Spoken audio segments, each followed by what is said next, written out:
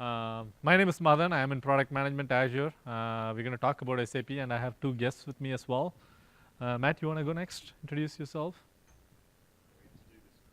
Between the mics. So, Matthew Ordish, I'm responsible into our field for essentially engineering liaison. So I'm responsible for making sure all of our customers are successful when they run any type of SA workload on Azure. And we'll be going into more details about the customers we've done, the solutions we've done, and some of the announcements made recently. And it's kind of an interesting room. I don't think I've ever presented in a room that is quite this laid out. So we'll do our best of making sure we're talking to everybody. Okay, and my name is Holger Bruchelt. I am working for SAP in the product management for the HANA cloud platform. And before I'll actually hand over to my colleagues who will then really go deep into the content of the session, I quickly want to kick off with some historic moments where the leaders of both of our companies met and talked about some important things. You can see it started really, really early, so over 20 years ago. Bill McGates and Hasso Plattner, our CEO at that time, met, and at that time they were really talking about, well, how can we get the SAP GUI, our UI at that time, how can we get the SAP GUI on the Windows platform? How can we enable our SAP backend systems, our ERP systems on the Windows platform, on Windows servers? How can we then later on use the SQL Server with our systems? So that was really one of the first moments when our leaders met and really talked about how to continue the whole relationship, how to get everything started. Then, a few years later, there's this CIO summit where at that time Bill McDermott, our CIO, and Steve Ballmer were invited to really present on the keynote and talk about how we can help customers, how can we help customers to drive their business forward and so on. So that was also a very important date where really both CIOs were on stage really talking to a huge crowd about both of our visions.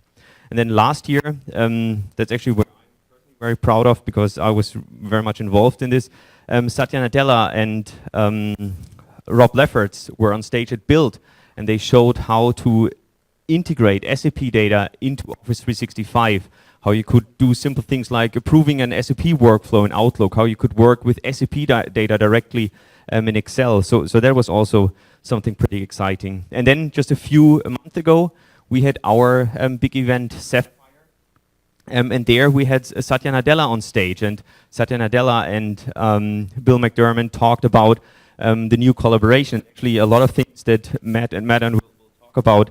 They will go much more deeper in what we actually announced there at Sapphire, and I hope that you will really see how fantastic it is what we can now do with running SAP applications on Azure and really all the benefits that can come out of that. With that, a very quick introduction, and I'll hand over to Madam. Thanks, thank Holger. you. Thank you. It's great to have you on the stage, and appreciate the partnership here.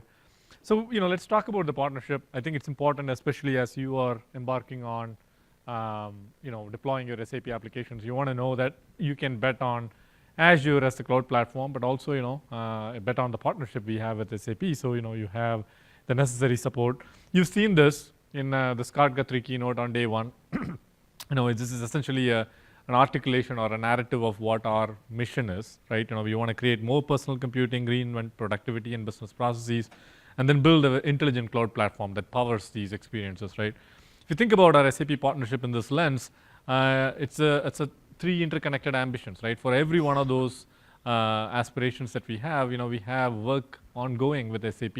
For example, in terms of our aspiration to create more personal computing, we work pretty closely with SAP on creating the analytics and the insights experience through the SAP software. So if you're a SAP customer, you're running your SAP applications on Microsoft platform, this integration, deep integration in terms of product.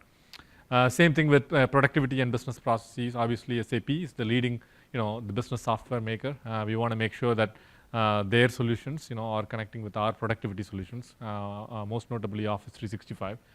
And last but not the least, the Azure platform, which is the group that I'm part of. We are doing some deep integration work to make SAP applications, all the way from the NetWeaver stack to the HANA stack, run well on our intelligent cloud platform. So very deeply aligned strategically, also in terms of our roadmap and vision. SAP and Microsoft, as Holger mentioned, it's a pretty long-standing relationship. It's multifaceted as well. They are a technology partner. They are a go-to-market partner. They are also a customer. In fact, this statement can be applied both ways, right? If Holger was delivering this, he would say the same thing. From Microsoft point of view, SAP is the top reseller of our SQL Server product. There's a ton of NetWeaver applications that are powered by SQL. We have a ton of engineering and go-to-market engagements for both our products, where it makes sense to deliver joint customer value. Technology partner, we have joint engineering workforce, a set of Microsoft engineers sitting inside the SAP campus in Waldorf and vice versa. We are in each other's addresses books. So very deep integration going all the way back to 1993 when we started that engineering relationship. That continues also in the Azure world. Now we do some really deep engineering work on both sides. So really proud of that, and there is a ton of customer value that comes out of it. Now before Azure comes up with a feature or an offering, and SAP comes up with a feature or an offering, we want to have out-of-the-box experiences that are delightful. And last, as a customer, Microsoft is one of the biggest SAP customers, and vice versa. We each use each other's solutions significantly, and that enables a bunch of additional value as well, right? Before we go and ask a customer to use our joint products, we are obviously using it ourselves. So again, if there is any questions on our partnership and the strength of the partnership, hopefully, this will clarify that. This is just an example of what we've delivered together in the last 20 years. It's an eye chart. It's not meant to go read after each of these capabilities, but the idea is it's not a brand new relationship. It's really strong, long, deep, broad, every dimension possible. One thing I wanted to say is just focus on the recent announcements. We'll spend quite a bit of time in today's session talking about these announcements. So HANA is obviously a very strategic bet from SAP, the HANA database platform. And in the SAP Sapphire conference, which is the biggest conference from SAP, on a yearly basis, Satya Nadella and Bill McDermott, the CEOs of the companies, they made the announcement to kind of create a new milestone in our partnership, 20+ year partnership. And the idea was to kind of focus on 3 pillars, right? Choice. We want really Microsoft and Microsoft platform, Azure inclusive, to be the platform that offers the most choice for the SAP product portfolio, right? Power. We want to have the most powerful offering in terms of infrastructure for the SAP HANA product, and we announced the new offering called SAP HANA on Azure Large Instances, which on day one you saw Jason Zander, my boss, announcing it as becoming generally available in the 2 US regions. So we'll spend time on it. Last but not the least, enterprise proven, right? So both companies have been doing businesses with customers like you for a long time. We deal with some of the largest enterprises in the world, and we want to continue that legacy in the Azure tradition as well. And you'll see the code that we have, but I think it might be better to just watch the video now. This is a video produced by the Sapphire crew, and it. Ladies and gentlemen, please help us welcome to Sapphire the CEO of Microsoft, Satya Nadella. Hey, Satya. How you doing, Satya? Great to see you, man. How are you? Welcome to Sapphire. Thank you for coming all this way. You listen to Bill talk about SAP and Microsoft. He uses words like trust and friendship and customer focus. I mean, this is a long-standing partnership, but what does it mean to hear the partnership talked about in language like that? Our identity has always been a platform identity, and an ecosystem identity, which is how do we bring the best of each partner so that we can then serve our customers. Partnerships are absolutely necessary, more so now than even in the past, if we are to meet our customers' realities. And for both of us, it's a pretty existential need that we better have that word empathy for your realities and then bring our best together. And that, I think, is what's really driving us. The unintended consequence of digital tech being pervasive is cybersecurity, for example. I mean, if you look at even the attack vectors that we're all tackling every day, it's no longer the case that the attack vector comes from just the compute endpoints in your hands or in your pockets or on your desk. It could be the HVAC system. Right. And given that's what we have to do, the traditional model of even cybersecurity where you would protect, detect, and respond, which was more passive, doesn't work. Right. In fact, you've got to create your own digital feedback loop to fight cybersecurity, or really have a cybersecurity posture, which is much more operational in nature. Right. So, for example, even the protection has to be behavioral or machine learned. Right. Even the way you detect has to be anomaly detection based on patterns that you recognize. Right. How you respond has to be also be driven. For example, you would do network isolation dynamically as soon as you're able to sort of detect something, and so that's your response that's being triggered. Right. We take all the data and the intelligence that we gather and then share it with our customers. So our customers' operational security posture and our posture all has to compose so that the world's a better place.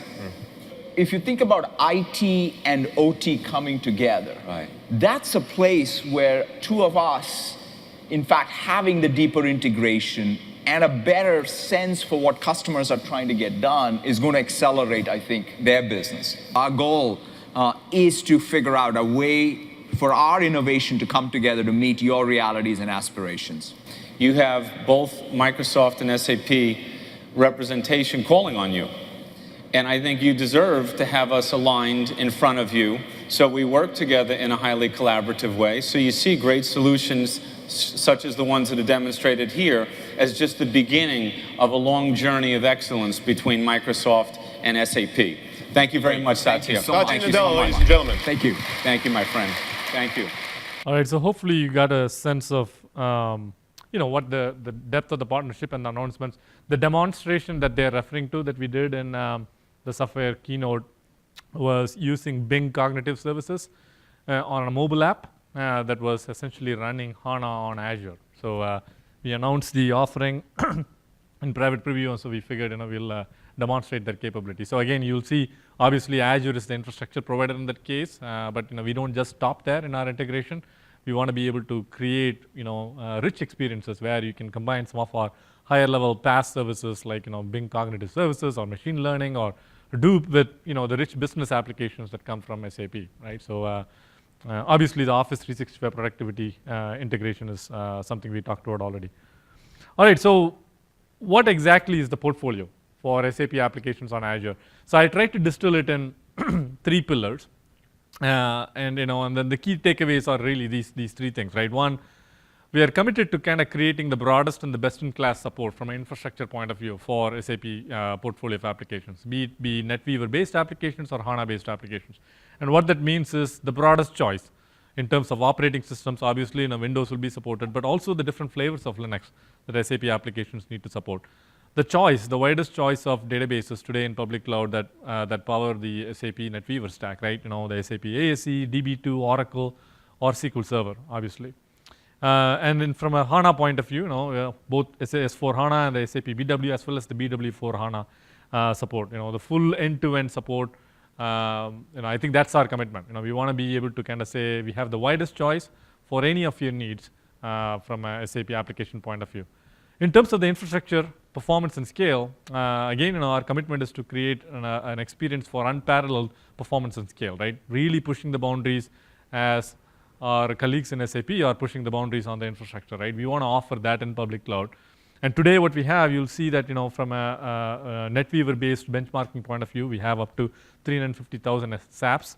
And these are benchmarks that are already published. We also have the largest certified, SAP, TDI certified infrastructure in public cloud for HANA, right? And we'll talk about some of the details on what those capabilities are. And just quickly touching on them, from a scale-out OLAP application support point of view, we support up to 32 terabytes for HANA.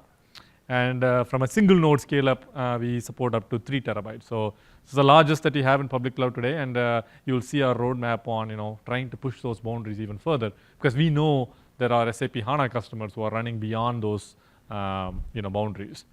The last but not the least, this is the Azure value proposition, which is the enterprise proven legacy. As you heard, we are available in 34 regions. We are operational in 28. We announced our Germany region becoming available last week, and we'll continue that march. That is a promise. And like I said, beyond just the infrastructure, we also want to kind of go focus on higher level development experiences and higher level PaaS-based experiences where you have some higher level value services that can integrate with your SAP applications.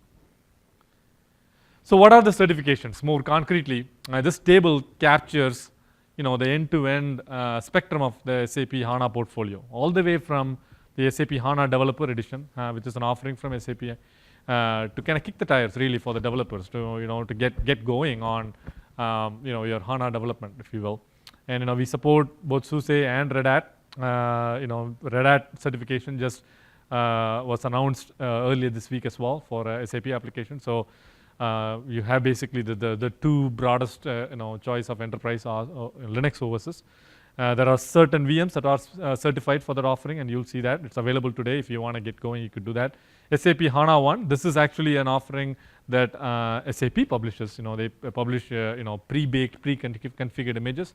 Again, think of it as the starter end of the spectrum.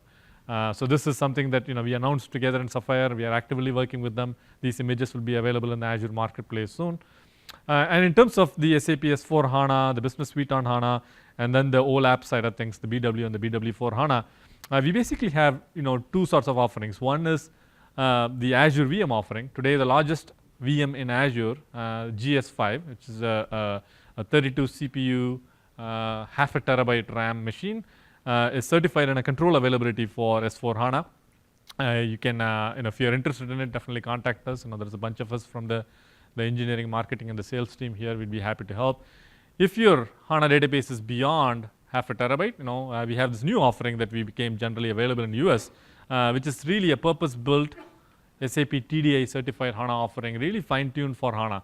And like I mentioned, we are available in 2 US regions, and we'll kind of deep dive on those. Again, the operating system support is both SUSE Linux as well as Red Hat Enterprise Linux.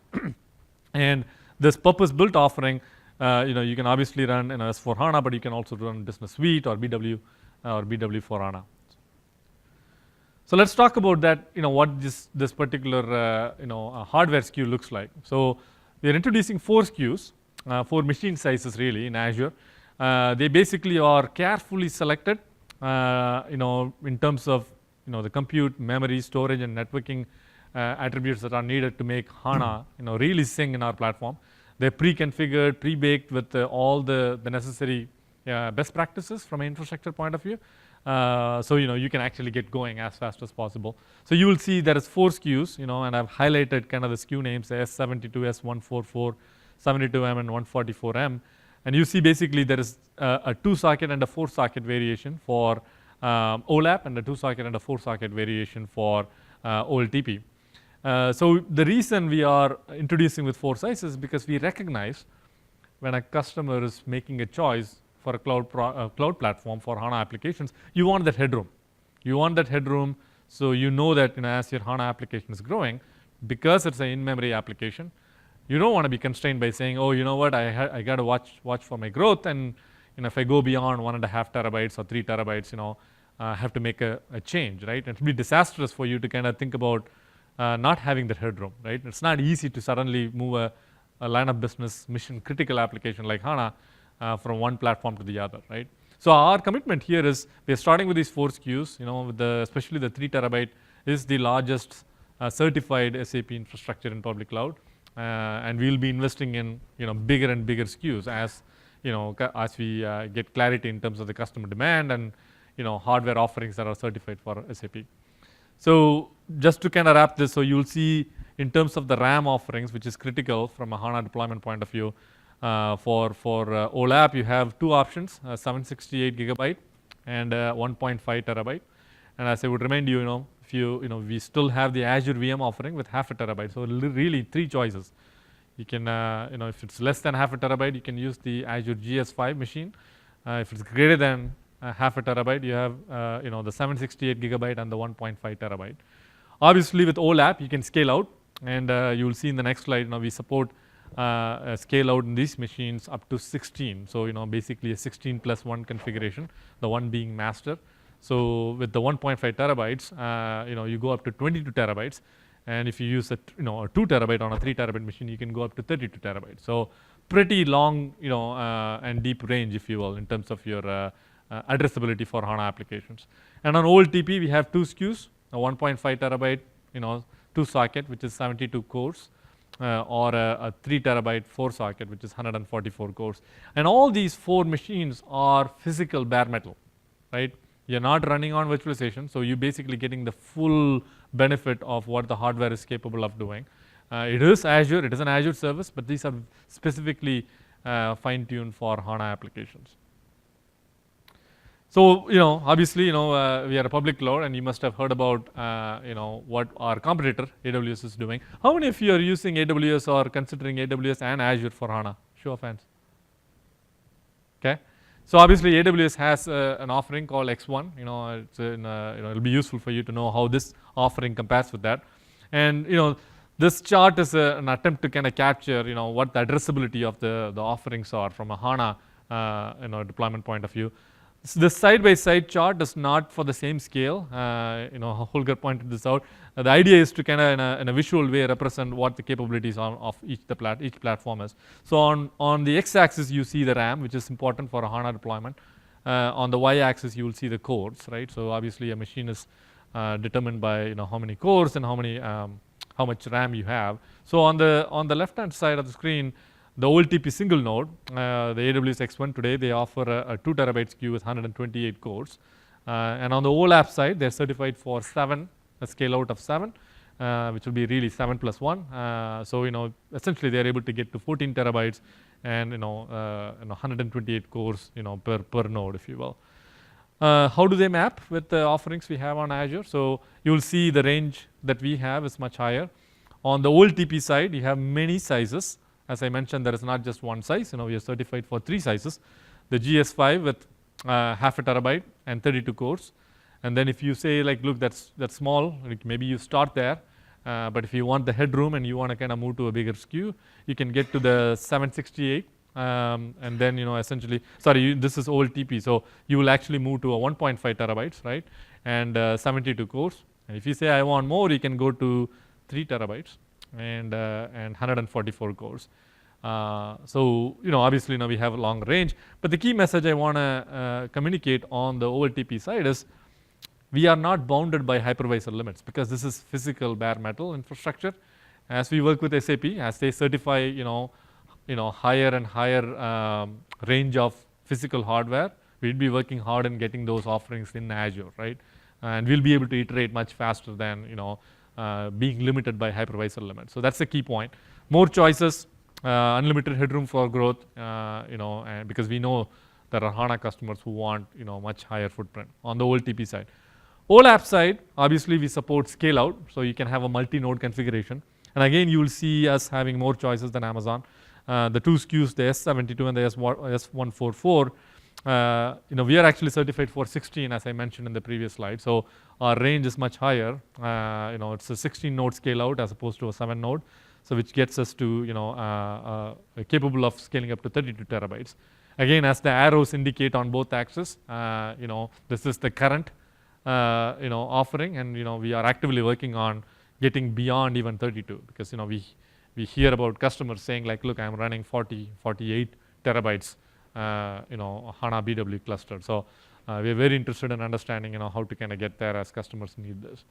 Again, all of this is in Azure. So this is, just another Azure service. So you get the same guarantees, in fact, better guarantees on the HANA certified large instances from an availability point of view, but the same guarantees as any of our other services in terms of compliance, security, so on and so forth.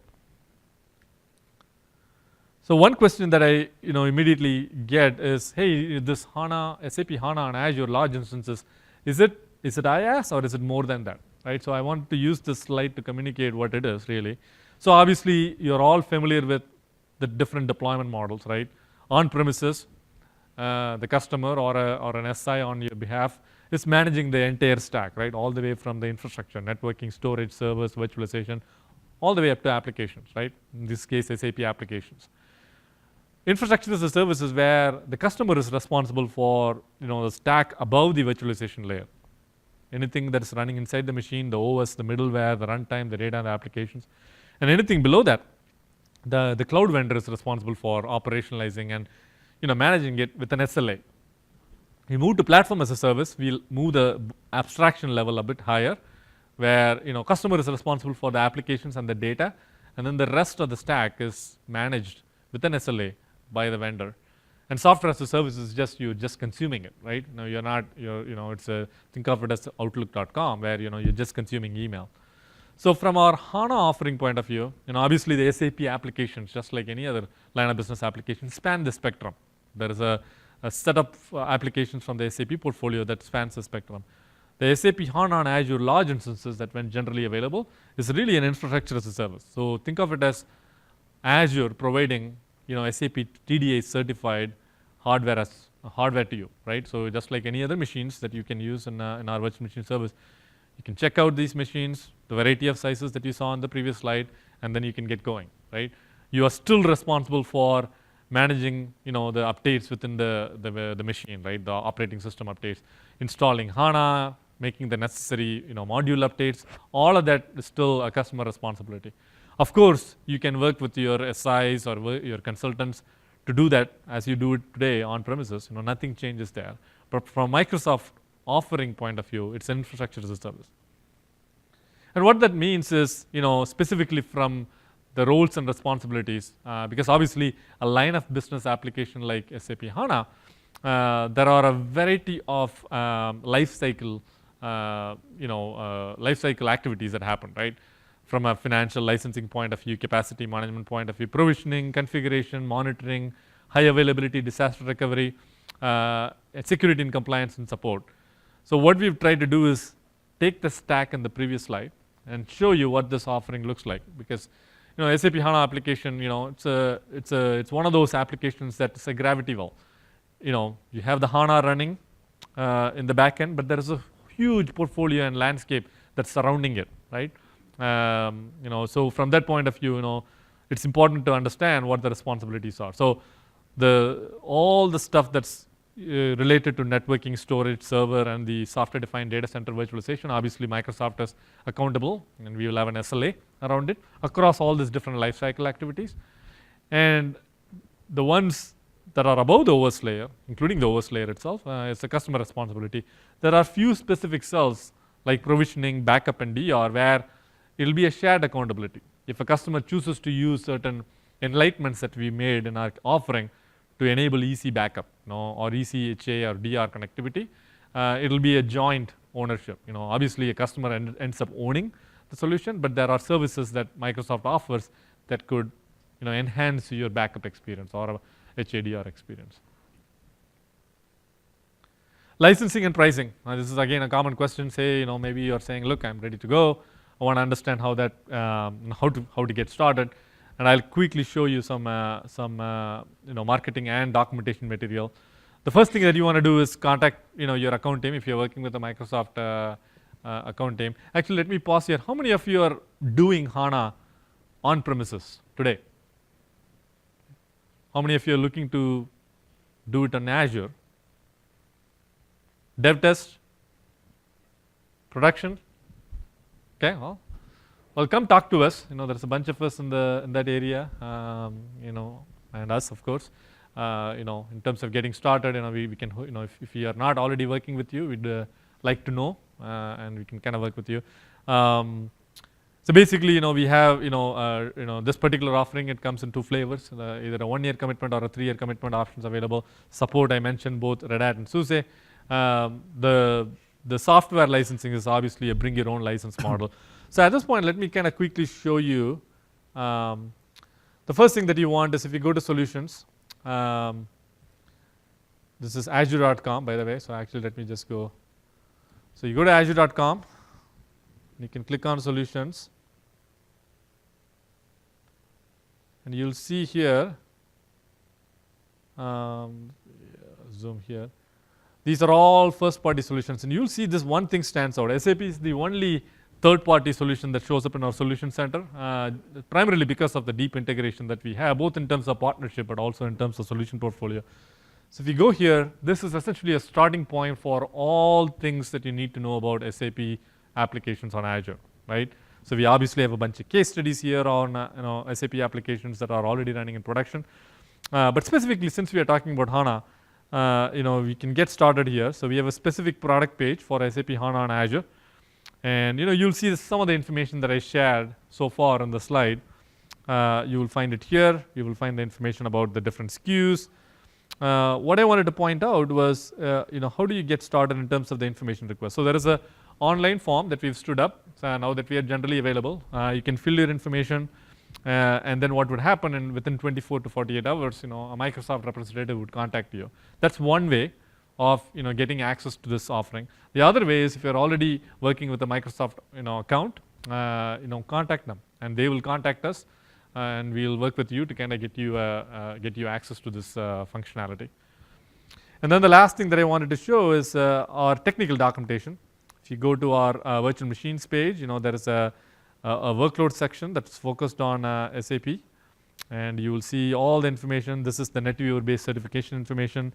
You'll also see a bunch of documents in terms of getting started. So just if you're looking to do dev tests or even just kick the tires, this is probably the place to start. All right, at this point, I wanted to show you a quick demo of what this looks like. Obviously, this is a line of business application, so anything as serious as that, it's going to be a little bit boring because it's serious enterprise stuff. So I don't have any snazzy UI or flashing lights, if you will.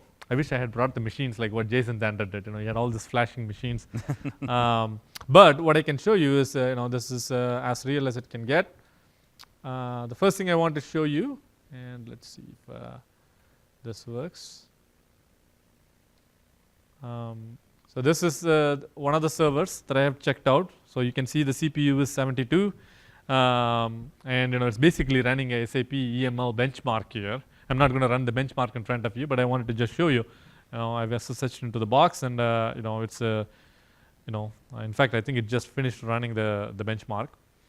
Let's see. And then what I have here is an SAP application server. Now, what I wanted to show you is that running in the portal.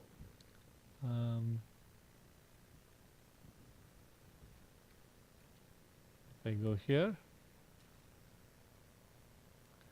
And this, in order to create an application server in the portal, it's pretty simple. And I'm sure if you're using Azure, it's a pretty simple experience. You would have gone to the marketplace, created compute. You would say, I want to create a SUSE Linux-based application server for HANA. So I would say SLS SP1, SLS 12 SP1. That's the certified operating system for HANA. So I would just click on that.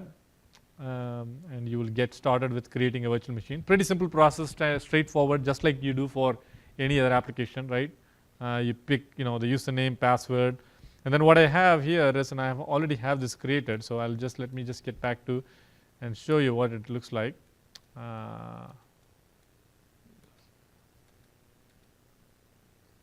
So this is my HANA app server that I'm going to show you in the RDP session that I have. This is essentially the app tier that's talking to the HANA backend.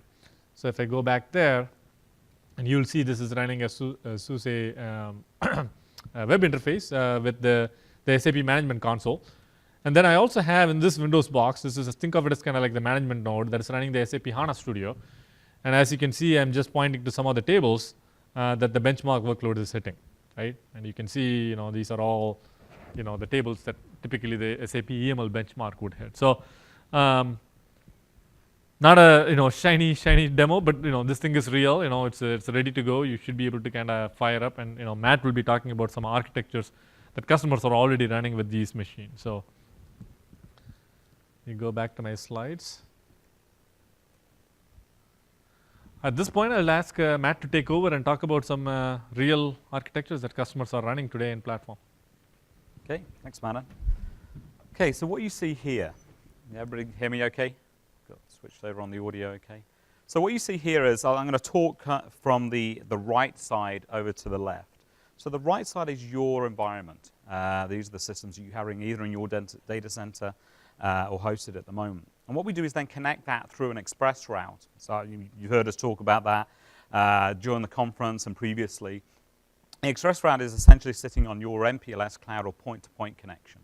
We're probably looking at speeds between 1 and 10 gig for this is the normal design pattern, really depending on what we're doing. We'll talk a little bit about how that works. Obviously, that changes over time.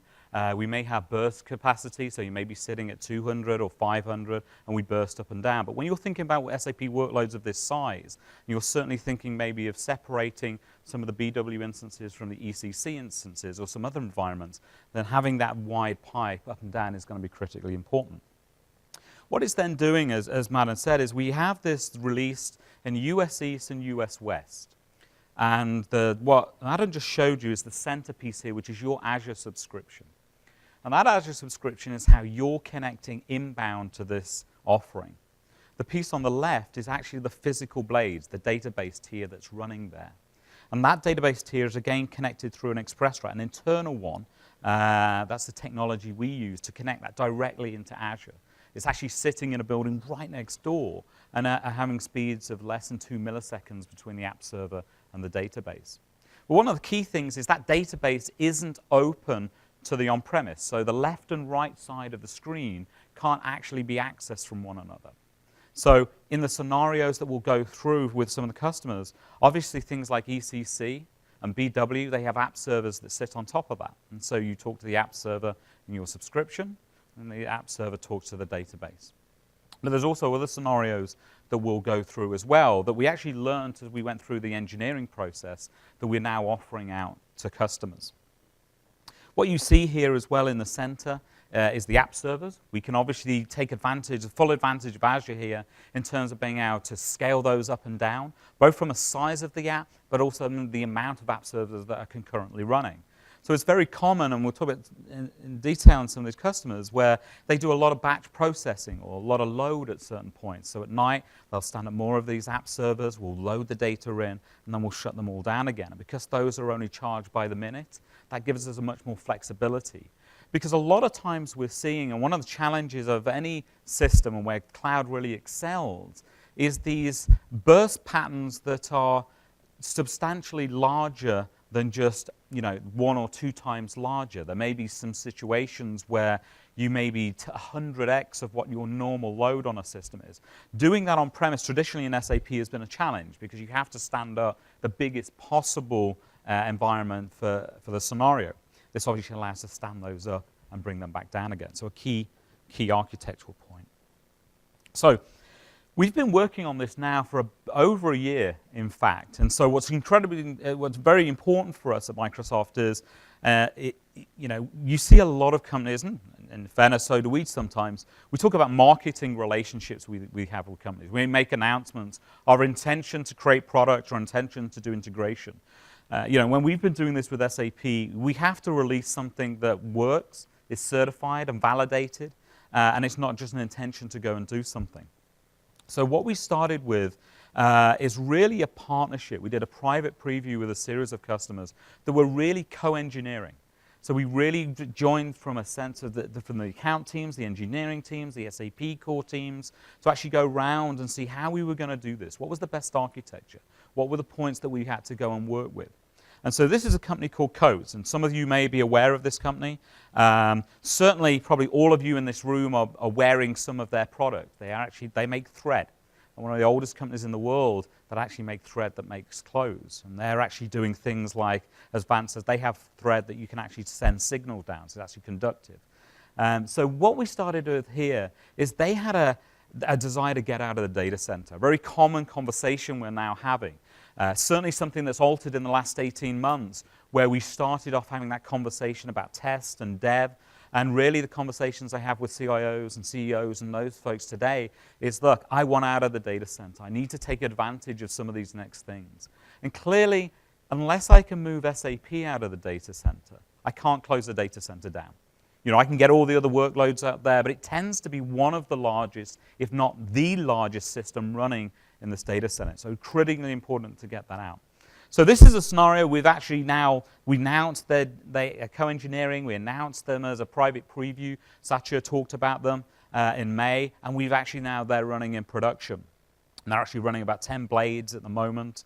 They're running HANA, they're running ECC. They started with the BW as the trial to prove that out. They're now running the ECC system as well as APO on this. And some of the scenarios we looked at, they were actually coming off Oracle. So what was interesting is not only were we testing HANA for them, we actually did a migration and used Azure to do that. We stood up a bunch of GS5 machines in Azure. We migrated it from Oracle into the system in GS5s and then ported that across onto these large instances. And so this gives you a sense of some of the performance characteristics and changes that they saw within this. This is another customer that also had those load times. They have certain points of the day and the month where they have a lot of load coming into this. And having the systems together, you know, we talk a lot about maybe starting with some test dev, or we start with BW. You know, you've got to think about when you design this, how you put them into blocks together. How are they communicating together? You know, certainly from the SAP space, you never separate the production and pre-production systems. A lot of traffic there, you want them to be represented and work together. And so if you're sending data from ECC into BW, that may be a scenario where you're thinking about this, or other systems getting loaded.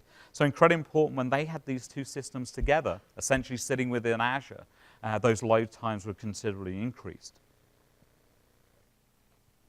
You all may have heard of Rockwell Automation. This was an interesting scenario. They came to us and said, hey, we do have BW running on HANA, but that's not what we want to do with you. We actually just want to run the HANA database, and we want to load data into it. And initially, we were like, you know, we worked with the engineering team, and we were like, oh, that's fantastic, but on-premise can't talk to the database because there's no app server in the middle. So how do we go solve that problem? So this is one of the scenarios where we worked directly with SAP and the customer and said, how would we solve this problem? So in the diagram I showed previously where you had the app server and the management server, we actually put an F5 in there. And then we do that IP translation between on-premise and directly in there. And so that's become an offering that we can now talk about how we place data and leverage HANA there. That also then allowed us to look at scenarios like dynamic tiering, being able to put data out there at the same time. So that allows us to give an even greater offering in terms of sizes. And also we're working as well on things like near-line storage, which allows us to go and put things out there as well, so working with the IP product. So what we've done is really start off with those basics of BW and ECC. We've now rolled in that conversation into HANA Enterprise databases, and we're now starting to bring those other solutions in. And that's why we're actively working with customers to say, what would you like? What do you need? And that's actually built some momentum with Holger's team and other folks to say, what are the possibilities? We've now done this. What other solutions can we now bring on and port into this? So very excited to work with customers to bring those ideas on. Now, what you see here, you know, it's kind of interesting when you see words like acceptable. That's not normally the most remarkable thing you see on a slide. Well, we've got acceptable performance. What was key, though, is it's a validator that when we have this in the cloud and they're working from it from on-premise, there was no material difference in observed behavior. Like, how was the customer being the users, working with this? So that was incredibly important for them that they could do this, load data, and run the scenarios. The third one is another company we've been working with. And one of the scenarios they had was they were one of an early adopter of HANA, and they were starting to run out of space on the machines that they had. Rather than say, right, I'm going to go and buy some more hardware, they also had a strategy to get out of the data centers. And so we actively work with those to say, hey, let's go and create what is essentially a relatively small database for them. It's a 768 ECC system, so it's taking that node. But it was also obviously much faster because it was a generation ahead in terms of hardware. You know, we would just bought this and released it. They were sitting on hardware that was 3 years old. So not only did they get a material gain from the ability to go run this in Azure, but they were also getting newer hardware at a price point that worked for them. And this allowed them as a strategy then to move those things into Azure. So those 3 customers kind of just represent some of the 3 scenarios. Again, incredibly important we show that we've worked with these customers, and we have a huge amount of customers we're actively working at now in all areas, from oil and gas to retail, as we start to wrap this up. And we've actually been surprised by some of the sizes of workloads that have come into us. We've got customers saying, you know, we thought about, let's have a few blades, 10, 20, and we've had several customers who come and say, I need 50 blades, and I need them tomorrow. So incredibly exciting for us, also an interesting engineering project, that those are the types of sizes of systems that we can now handle. So a very exciting time to bring those on. The one key thing, though, I want to kind of highlight, and we'll get into more details as we talk. The agility of this is key. Clearly, we're standing up the blades, and they're going to be running for a series of years. We're not going to turn those on and off. But the app servers, the dev, the test, the sandbox, the training systems, that ability to provision systems in minutes.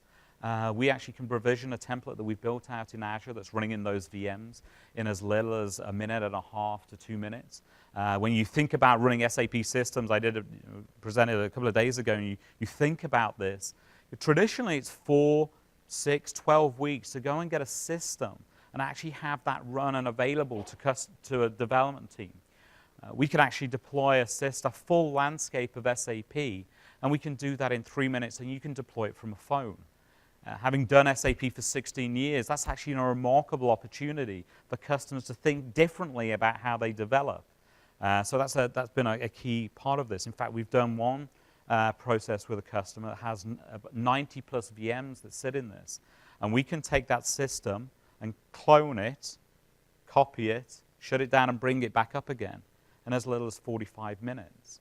That's a remarkable thing, to take an entire clone of a system and do that.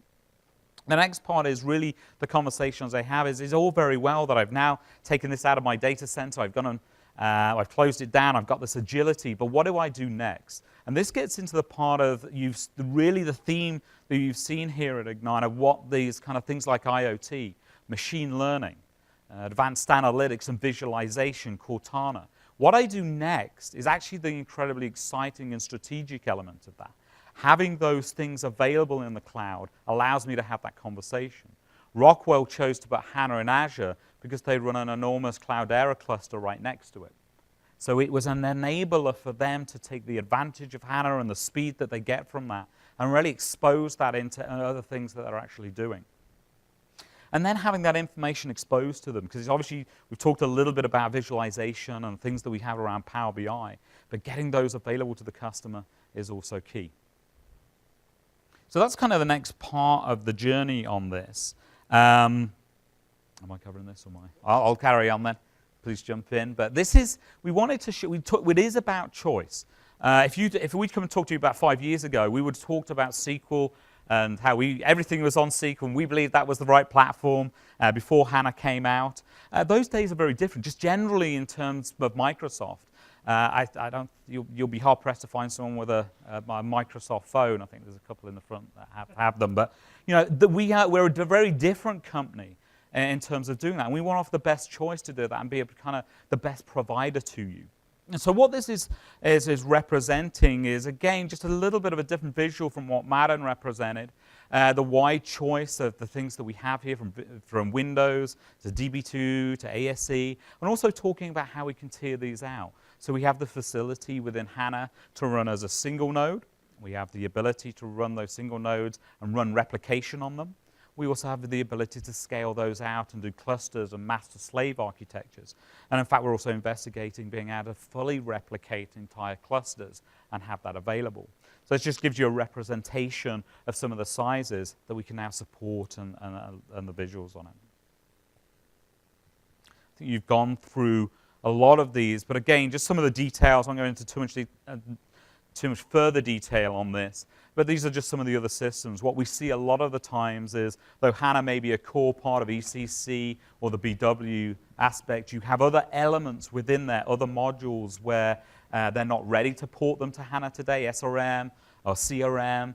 You know, we got some customers on APO or the portal or XI and so on and so forth that are continuing to run on the SQL platform. So we see a lot of co-hybrid where core sits on HANA, and then all other elements sit on SQL, and this gives you a little bit of a sense of those other elements that we support. And just to kind of qualify this, so obviously we've had the NetWeaver certification for a while. The HANA certification we've had since Sapphire, the May of this year. So these certifications continue to happen. On this particular table, the big change that is happening this week is, we are introducing, RHEL support, right? So Red Hat Enterprise Linux. Before we were only supporting SUSE Enterprise Linux, with customers asking for Red Hat, which is also recently certified on Azure. Now, back in November last year, we're basically now supporting RHEL for SAP applications. So Red Hat has a specialized build for HANA and a specialized build for SAP applications. So, when you're running on NetWeaver, you would obviously use the RHEL for SAP build. So, and you'll find all these details in the documentation that I pointed out earlier. Yeah. I just had a question actually on the SUSE on the Linux platform actually. Predominantly when SAP released this, it was on SUSE. The appliances all came on that. Of those that are looking at doing this, how many of you are having HANA run on SUSE? None yet. How many run on Red Hat? Interesting. So if you look at the market, and Holger, correct me if I'm wrong, but if you kind of look at the market in a big thing, 80% or so of the market in the US is SUSE because of the appliance architecture. Europe is different. Europe is predominantly Red Hat. Well, or is it the other way around? Other way I think, yeah. So Europe tends to be more SUSE, and US tends to be more Red Hat. But it's also to do with how the appliances roll out, how we're shifting that. So again, we initially said, hey, we're going to go and do SUSE, and then all our customers, as you represented here, said, that's great, but we need Red Hat. So it's just as well we released that this week. Okay. So again, to kind of wrap this section of it, what are the benefits of why people are doing it? Clearly, out of the data center is one. The ability to do those next advanced workloads are key. Test and dev is kind of a given now. We've been doing that now for the better part of 2-3 years. In fact, we've got a lot of customers that are running some test dev systems and small development systems of HANA on those single GS5s. The ability to run a HANA system up in minutes is actually pretty impressive, and actually allows them to go and do a whole much more development that was tricky before. Production environments, we covered that a lot here. DR scenarios are very important. We've got obviously DR scenarios as we explain through the HANA piece, how we can fail these over from east to west, but also looking at scenarios where you remain on premise and you're taking advantage of Azure to run the DR scenario. So you're actually failing into Azure as opposed to failing from the east and west coast. And then archiving data, actually something Microsoft internally is looking at, is how do I take some of that core data that I have active in these systems and using Azure to host that as storage is considerably less. The benefits, the TCO, I'm always a little wary, even within kind of from the sales side, of talking about these savings.